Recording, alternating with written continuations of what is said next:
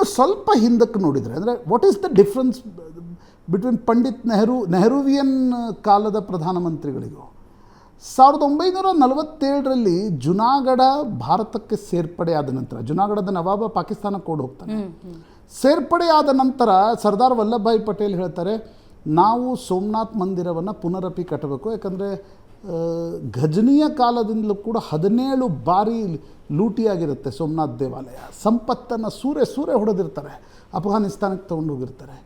ಆ ಕಾರಣದಿಂದ ನಾವು ಸೋಮನಾಥ್ ದೇವಾಲಯವನ್ನು ಪುನರ್ ನಿರ್ಮಾಣ ಮಾಡಬೇಕು, ಅದೊಂದು ನಮ್ಮ ರಾಷ್ಟ್ರೀಯ ಅಸ್ಮಿತೆಯ ಸಂಕೇತ ಅಂತ ಸರ್ದಾರ್ ವಲ್ಲಭಭಾಯಿ ಪಟೇಲ್ ಹೇಳ್ತಾರೆ. ಆದರೆ ಪಂಡಿತ್ ನೆಹರು ಅದಕ್ಕೆ ವಿರೋಧವನ್ನು ವ್ಯಕ್ತಪಡಿಸ್ತಾರೆ. ಇಟ್ಸ್ ಲೈಕ್ ಹಿಂದೂ ರಿವೈವಲಿಸಮ್ ಅಂತ ಹೇಳ್ತಾರೆ. ಈಗಷ್ಟೇ ನಾವು ದೇಶದ ವಿಭಜನೆ ಆಗಿದೆ, ಹೀಗಾಗಿ ನಾವು ಈ ಮಂದಿರ ನಿರ್ಮಾಣವನ್ನು ಮಾಡಬಾರದು ಅಂತ ಮೊದಲು ಪಂಡಿತ್ ನೆಹರು ಹೇಳ್ತಾರೆ. ಬಟ್ ಸರ್ದಾರ್ ವಲ್ಲಭಭಾಯಿ ಪಟೇಲ್, KM ಮುನ್ಷಿ ತರಹದ ಗುಜರಾತ್ನ ಕಾಂಗ್ರೆಸ್ ನಾಯಕರೇನಿರ್ತಾರೆ, ಇಲ್ಲ ಸೋಮನಾಥ್ ಮಂದಿರ ನಿರ್ಮಾಣ ಆಗಬೇಕು ಅಂತ. ಮಹಾತ್ಮ ಗಾಂಧಿ ಕೂಡ ಸೋಮನಾಥ್ನ ಮಂದಿರ ನಿರ್ಮಾಣ ಆಗಬೇಕು ಅಂತ ಹೇಳ್ತಾರೆ. ಅದಾದ ಮೇಲೆ ಸರ್ಕಾರದಿಂದ ನಾನು 1 ಪೈಸೆ ಕೊಡಲ್ಲ ಅಂತ ಹೇಳ್ತಾರೆ ಪಂಡಿತ್ ನೆಹರು. ಸರ್ಕಾರದಿಂದ 1 ಪೈಸೆ ಕೊಡಲ್ಲ. ರಾಷ್ಟ್ರಪತಿ ಬಾಬು ರಾಜೇಂದ್ರ ಪ್ರಸಾದ್ರನ್ನು KM ಮುನ್ಷಿ ಆಹ್ವಾನಿಸ್ತಾರೆ ಸೋಮನಾಥ್ ಮಂದಿರದ ಉದ್ಘಾಟನೆಗೆ. ಆಗ ಪಂಡಿತ್ ನೆಹರು ಒಂದು ಪತ್ರವನ್ನು ಬರೀತಾರೆ. ಇದು ಸೆಕ್ಯುಲರ್ ದೇಶ, ಸೆಕ್ಯುಲರ್ ದೇಶದ ಮೊದಲ ಪ್ರಜೆ ಹೋಗಿ ದೇವಾಲಯದ ನಿರ್ಮಾಣ ಮತ್ತು ಉದ್ಘಾಟನೆಯ ಕಾರ್ಯದಲ್ಲಿ ಭಾಗವಹಿಸ್ತಕ್ಕಂಥದ್ದು ಕೆಲವರಿಗೆ ನೋವನ್ನು ತರಬಹುದು ಅಂತಕ್ಕಂಥದ್ದನ್ನು ಪಂಡಿತ್ ನೆಹರು ಪತ್ರದಲ್ಲಿ ಉಲ್ಲೇಖಿಸ್ತಾರೆ. ಅದಕ್ಕೆ ಬಾಬು ರಾಜೇಂದ್ರ ಪ್ರಸಾದ್ ಪಂಡಿತ್ ನೆಹರು ಪುನರಪಿ ಒಂದು ಪತ್ರವನ್ನು ಬರೀತಾರೆ. ಇಲ್ಲ, ನಾನು ಚರ್ಚ್ ಮತ್ತು ಮಸೀದೆ ಆದರೂ ಕೂಡ ಇಷ್ಟೇ ಉತ್ಸಾಹದಿಂದ ಭಾಗವಹಿಸ್ತಾ ಇದ್ದೆ. ನಮ್ಮದು ಏನಂತಾರೆ, ಆ್ಯಂಟಿ ರಿಲಿಜಿಯಸ್ ದೇಶ ಅಲ್ಲ, ಧರ್ಮ ನಿರಪೇಕ್ಷ. ಧರ್ಮ ಇಸ್ ಅ ವ್ಯಾಲ್ಯೂ, ಧರ್ಮ is A code of ethics.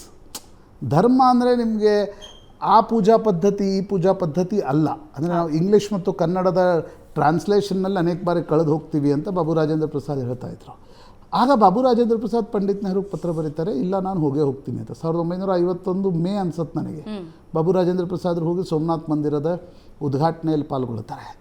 ಆಗಿನ ಕಾಲದಿಂದಲೂ ಕೂಡ ಹಿಂದೂ ಧಾರ್ಮಿಕ ಸಂಕೇತಗಳು, ನೋಡಿ, ಈಗ ಸೋಮನಾಥ್ ಮಂದಿರ ಅದು ಹಿಂದೂ ಧಾರ್ಮಿಕ ಸಂಕೇತ ಅಲ್ಲ, ಅದೊಂದು ಸಾಂಸ್ಕೃತಿಕ ಸಂಕೇತ.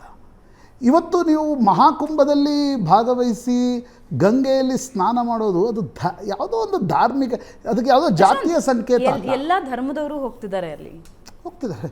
ಬರೀ ಹಿಂದೂಗಳಲ್ಲ, ಮುಸಲ್ಮಾನರು ಹಲವಾರು ಜನ ಹೋಗಿದ್ದಾರೆ, ಕ್ರಿಶ್ಚಿಯನ್ರು ಹಲವಾರು ಜನ ಹೋಗಿದ್ದಾರೆ.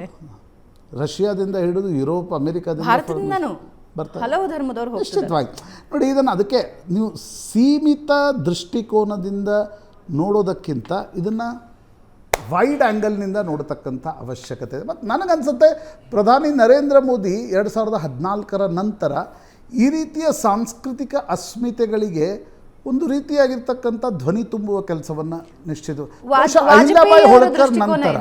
ಅಹಿಲ್ಯಾಬಾಯಿ ಹೋಳ್ಕರ್ ನಂತರ ಈ ಮಟ್ಟದ ರಾಜಕೀಯ ನಾಯಕತ್ವ, ಧಾರ್ಮಿಕ ಕೇಂದ್ರಗಳು, ಪುಣ್ಯಕ್ಷೇತ್ರಗಳನ್ನು ಸ್ವಚ್ಛ ಮಾಡುವ ಕೆಲಸವನ್ನು ಮಾಡ್ತಾ ಇರ್ತಕ್ಕಂಥದ್ದು ಮೊದಲ ಬಾರಿ.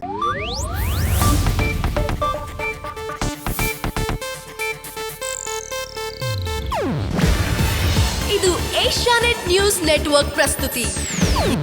ನೀವು ನೋಡ್ತಿದ್ದೀರಾ ಏಷ್ಯಾನೆಟ್ ಸುವರ್ಣ ನ್ಯೂಸ್.